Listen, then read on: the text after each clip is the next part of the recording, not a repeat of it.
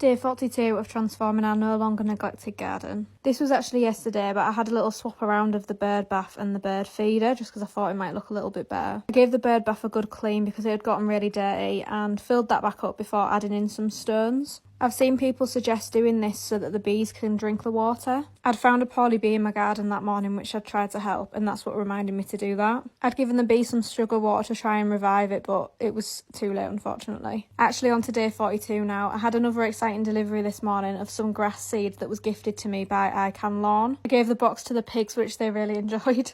It was that delivery that kind of prompted what I ended up doing today. I think it's probably been about a month now since we last cut the grass, so it was in desperate need of a bit of attention. I'll show you some before and after photos in a sec, but it's always so satisfying, and especially when it gets long like this. I didn't really want to cut the grass just because the bees have been really enjoying all the little flowers and the weeds and stuff, so I felt a bit nasty really trimming it, but it was out of hand, like it did really need trimming. I've got quite a lot of things that started to flower now anyway, so at least they've got those to enjoy too. I don't think our garden's ever been properly levelled off because there's so many dips and just it's about 5 different levels. This one bit that I'm working on here is really bad. Like every time you're mowing the grass, it's always so hard to push the lawnmower up it because it's just such a dip. Without ripping everything up, the garden's never going to be properly level, but I'd quite like to get rid of this dip a bit more and just make it a little bit more of like an easier slope. So I added some bits of soil that I had into the gap. I need to get some more topsoil so I can do that properly, but I just used what we had for now. 2 of our sunflowers have got multiple heads growing on them, so to encourage those to grow more,